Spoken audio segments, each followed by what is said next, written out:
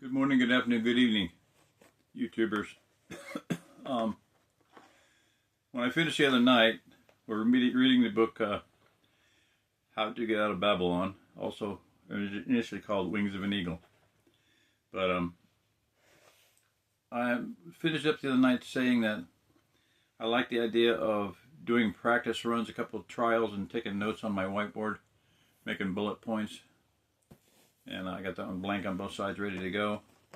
So I'm going to do that. And the only input I got, I asked everybody several times for input as far as what night or whatever, or what time frame.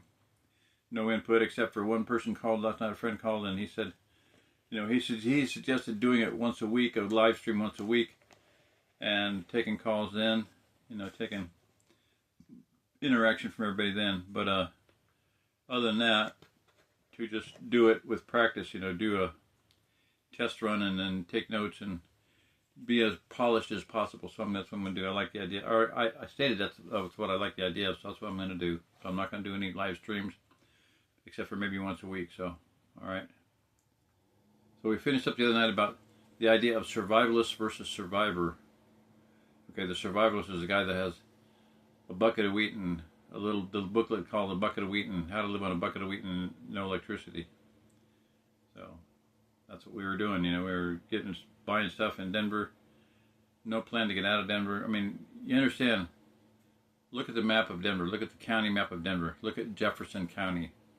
Jefferson County is a long, narrow county. Very strategic county. What is Jefferson County? Jefferson County is the county that keeps everybody in Denver in the event of a breakdown. Okay, so not a good situation. And when we were there was a sheriff race, and two good sheriffs were running, two patriot-type sheriffs were running, and a bad guy, And both of the good guys were taken out. One was arrested. They broke into his house and planted evidence, whatever. They arrested him. The other one was taken out for some reason. I don't remember what it was, but it was just an interesting thing. But Jefferson County is a barrier county to keep the people in Denver from going to the mountains. It'll be a choke point on every highway coming out of Denver. I'm talking 285, 6th Avenue, I-70, all of them will be shut down. They all have to go through Jefferson County. All right, just my take on it. Remember the movie Red Dawn with Patrick Swayze, or Chris whatever his name is, Hemsworth. But no, the Denver one, yeah. You kids think you're tough for being up here eating beans? You should be down in Denver. They're eating rats, sawdust bread, and sometimes each other. The pyres for the dead light up the sky at night. It's medieval. Yeah, that struck a chord with me. Alright, so we dealt with the survivor versus survivor. My suggestion is move to an area of the country where everybody in the entire region around you is going to be better prepared than you are. And that's what we did. Guy down the road has goats, cattle, has horses. He's a horseman. He was the MC at the rodeo at Humansville one year. Everybody's got their garden, their orchard, their vineyard, cattle. Everybody around us has more food grown than we do. All right, well, my son's got a couple hundred head of cattle. That's a lot of beef. That's a lot of meat on the hoof. So anyway, got rid of the goats. Hey, yeah, hallelujah. So sold them to the Mormons. All right. What is true wealth? Next, you transition from the concept or attitude of us for and no more. That's a survivalist dictum. Us for and no more. Me and my wife, 2 kids, that's it. We don't got food. We're not going to help anybody else. Anybody else, we're going to shoot them. Come up the driveway, we're going to shoot them. Versus that of beginning to look at the ability to keep other people alive. These other people might be friends, family, fairly new acquaintances, or they might be complete strangers. They might be refugees when it comes down to that. One truth which we would do well to keep at the forefront of our plans is a statement by Buckminster Fuller. Now listen to this. For anyone who does not know who Buckminster Fuller was, he designed the geodesic dome and thousands of other... The geodesic dome. That was like a highly encrypted, state-protected secret for a long time.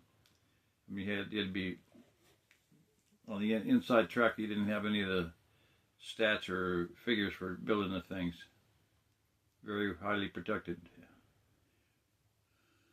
He was a very far-sighted man, a Solomon of his generation insofar as his inventiveness went. He said this, and I quote this many times, "We now know what true wealth is. True wealth is the ability to regenerate forward life." In other words, how many people can you keep alive for how many days? Okay. I would ask that question of anyone who's reading this booklet. You may own $500,000 home, or $1 million home now, or $5 million home now. You may have a $5 million, you may have a $25 million estate portfolio. But if all you have is paper, money, bricks, mortar, stone with green grass out front and an SUV in the garage, you have nothing.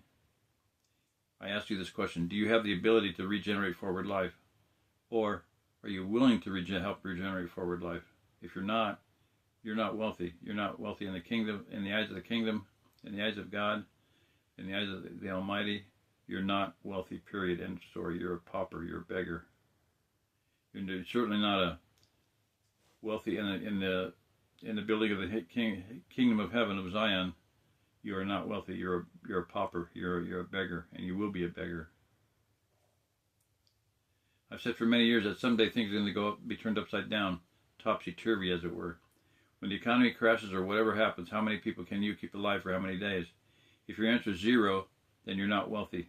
The sum total of everything you own will be worth nothing. There will be people who are relatively poor who will suddenly be wealthy because they will have true wealth. They will have the ability to take care of people and regenerate forward life. Now, I've told quite a few people who are rich. You know, there's one guy that's a millionaire, no question. Has the first nickel he ever made, first dollar he ever made, got it framed, you know, whatever. But my point is this, that I've told him, and I've told many other people, a millionaire woman, I said this, that when the shit hits the fan, the most valuable resource that you're going to have is the good people that you've gathered around yourself. And you're not doing a very good job of gathering any good people around yourself. So, when everybody you have hired, you've pissed off, and they hate you, and they're looking out to do you dirt, you're not going to have a very good time when the shit hits the fan, because everybody's going to be against you. Every single person's going to be against you. Everybody you ever screwed, everybody you ever cheated, everybody you've done damaged their goods, personal belongings. You damage their personal belongings, they're going to be gunning for you. They're going to be coming after you. You know, if the sheriff don't like you, nobody in your area likes you because you screwed them. Not necessarily cheated them, just treated them poorly. If you treat people poorly, they're not going to love you. If people love you, those are the people you need behind you. You need to have people at your back that you can trust at your back.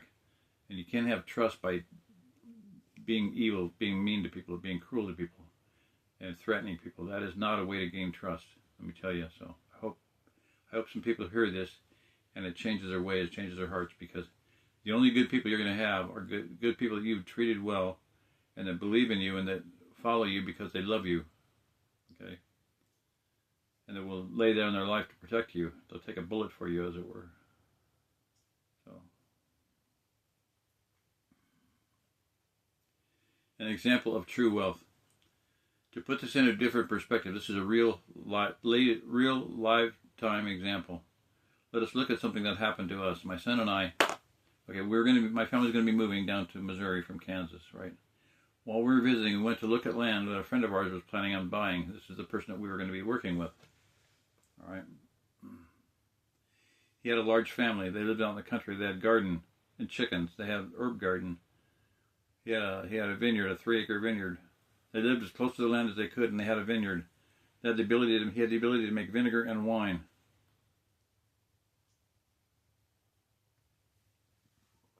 If you try to make wine, it goes bad. You just call it vinegar. It's sour. It's just vinegar. Anyway. They had good neighbors around them. They were surrounded by good people. They were working with good people. They had a business from which they could ship product nationwide. We went to see the land, the new land, and we were driving away. And we had gone but a quarter of a mile, I kid you not. And my son, my oldest son, who was 17 at the time, born in 1984, said something very insightful to me, very wise. He said, now you have to understand that he and I had traveled all over the country during the Y2K concern, 1999. We did expos in many major cities. We met some wonderful people. I met some very wealthy people who were literally millionaires. They had visited the White House. They were big supporters of the political candidates. They had pictures of them with Reagan and Dan Quayle. We had done in Denver. We had done work in many multi-million dollar and $1 million homes. My son has met some very influential, great leaders and very wealthy people. Greg Evenson, Jack McLam, Bo Gritz, some very, very, Randy Weaver, some of the great Patriot leaders. Mark from Michigan, for crying out loud, yeah. As we were pulling out of there, he said, Dad, of all the people that we have met in our entire life, Kent is the wealthiest man that we know. Kent is the wealthiest man that we know, and that was very true. He had the ability to regenerate forward life. He had about 20 children. That was true wisdom and insight on my son's part. Okay.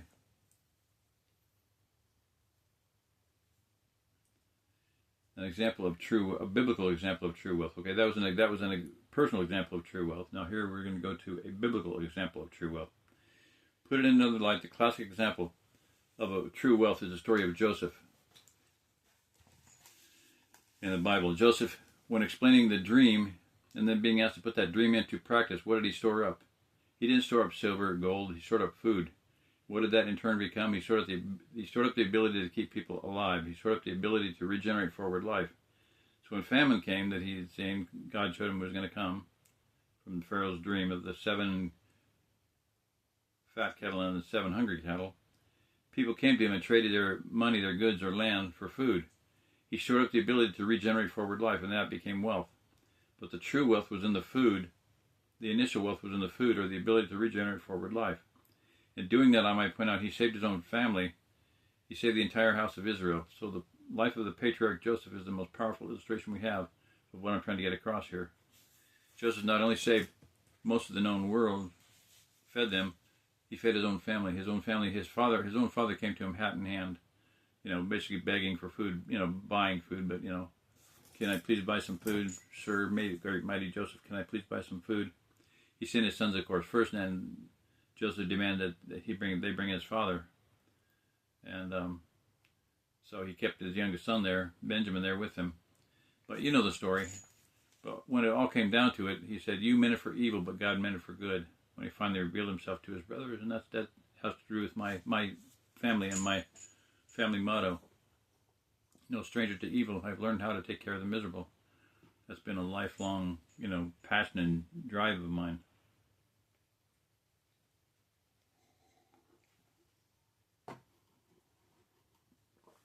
So, the next section is meat on the hoof and crops in the ground. This is where we need to be heading if we want to consider ourselves wealthy. We need to have food, and it needs to be food that is growing. And I ask people this, what is the best form of food preservation? Is it dehydration? Is it smoking? Is it canning? Is it fermenting? Is it, dehydration? What is it? The best form of food preservation is live food. This is basic, no-brainer. I mean, people say, eat live food. Eat, uncooked live food. Well, that makes a lot of sense, doesn't it? You can eat uncooked raw meat. A lot of people do that. They get healed from a lot of weird things from doing that.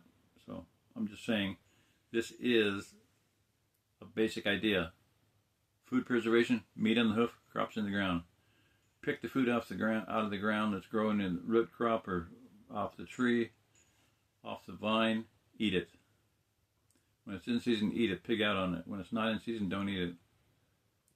If it won't rot, don't eat it. If it'll rot, eat it before it does. Meat on the hoof, same thing. Smoke the meat, can the meat, ferment the meat, get high meat. The best form of food preservation is meat on the hoofs and crops. Meat on the hoof and crops in the ground. Okay, another experience my son and I had way back when we were in Denver happened in a restaurant. It's on West 38th Avenue, I believe, in Golden or Edgewater or something like that, where counterculture types often frequented. They'd have radicals and patriots of all kinds of people there, different people there. Well, my son and I were sitting at a booth, and sitting at the counter just right across the aisle was a man talking to another guy. And I was very open, very, I'd talk to anybody, and I've always been very outgoing. Not going back to my younger days, but I became very outgoing because of my desire to help people. So anyway, This guy would be talking to a guy, and he started talking about DIA and owning stock in DIA, Denver International Airport, if you don't know what that means. And we were thinking all the weird stuff that was going on there. But anyway, he bought stock in DIA, and then he was also talking about gold and purchasing gold. And a couple guys, so a couple times he'd say something, I'd make a comment, just either agreeing comment or a commentary on what he was saying across the aisle. Just throw it out across the aisle, and he'd listen to me and go back to his conversation. I was interrupting his conversation, but he didn't take it amiss or anything. So when his friend left, he came and sat down at the booth with my son and I. It was very cool. But he just immediately came over and sat down with us. It's pretty normal for that restaurant, if you got to understand. There's like all kinds of weird people there, and if you were weird, you fit in fine. You know, when we were weird, and we obviously fit in fine. So he came and sat down with us.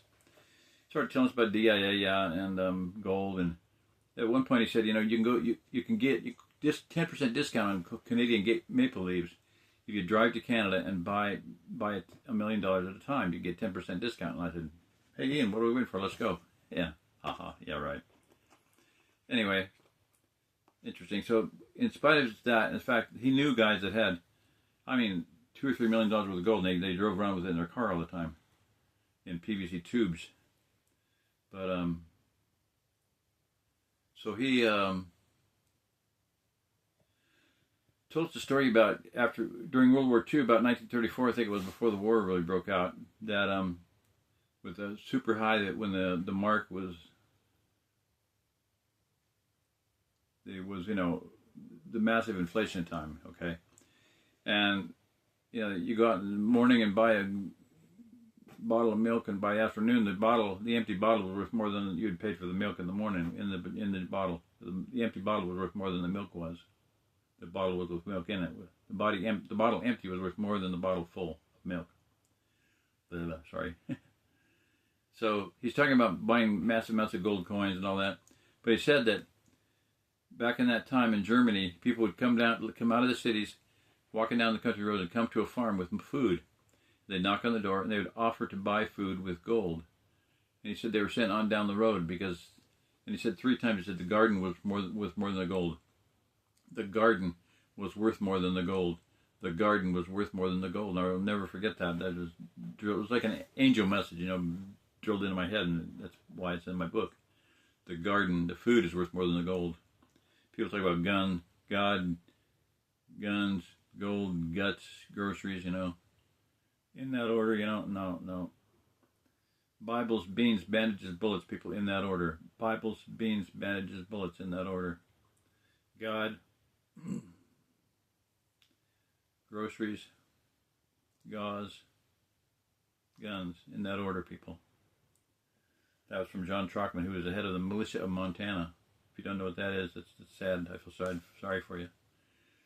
MOM, militia of Montana. It was like the overriding, overseeing mom, literally mom. Militia of Montana was mom. It's like the mother of the militia movement that had the brains of the militia movement. And he said, people, Bibles, beans, bandages, bullets, in that order, people, in that order. And they were there. It was a phenomenal organization and a very, very, very blessed thing. So, anyway, the garden was worth more than the gold. We need to have food in the ground. We need to have gardens, orchards, vineyards, olive yards, bees, mushrooms, goats, chickens, cattle, broadleaf plants. Buy a juicer, for crying out loud. Every broadleaf plant, you can juice it and drink it and get healed. Herbs, wheatgrass, comfrey, burdock. Juice it, drink it. It'll cure you of everything. Get healthy. We need to have meat on the hoof and crops in the ground. I'm going to finish with this. I think I might just finish right here. What are we at? 20 minutes? I don't know. I don't know if I'll get into this next part. About the time of Pentecost, I wrote a poem called Last Babylon. So I'm thinking with everything it's going to entail, I think I'll leave that for another one. So I'm going to listen to this one and then take notes, and then maybe I might listen to this and redo it, or I might just upload it as is. So we'll see. Okay. Well, God bless. I want to encourage everybody, if you've been given a job to do, if you've been given a dream, a vision, a plan, if you feel like you have some part to play in the cog of what's if you just think you're just a little gear and what's going to be happening, practice it, work on it, perfect it, implement it, do something. If it's nothing more than picking up a rock and starting to build a little stone wall, do it. Build a stone wall. Build a stone house. Build an underground house if you can. Build a dugout, shelter out in the woods. I'm going to go into that in the future here. We're going to talk about that a lot. I know little kids that every time they go out in the woods, they're finding a blown over tree and they're building an underground shelter. Corporal's Corner shows you how to build shelters, and the Morris Karski super shelter. Learn how to build a super shelter. Learn how to build a dugout. A log-in cave, a little dugout shelter of some kind. Dig into a hillside. Build a shelter. Build shelters that are earth sheltered, earth protected dugouts. There's hundreds of videos online. People going out in Russia and digging a hole in the ground and building a shelter and putting logs over it, and some of them are very large ones. Some of them are small, some of them are tiny, but some of them are really big. So do those. Learn how to do those. That'll save your neck and save your kid's neck and save your wife's neck and save a lot of people. Then build one, and that's not good enough. Go build another one. Leave that one ready for someone else to move into. That's what's going to save a lot of people's lives. What I saw in my vision, I believe, was something like that. Maybe it was a practice one, but we left this home there, put a sign on the door, said, if you find this home and it is not occupied, it's yours. We built it for you. And this young couple, my husband and wife and 2 kids, boy and a girl, moved into that home and lived in it. That was in my vision in the year 2000. So I know my voice is getting soft too, so I gotta say good night. Well, good night. Blessings.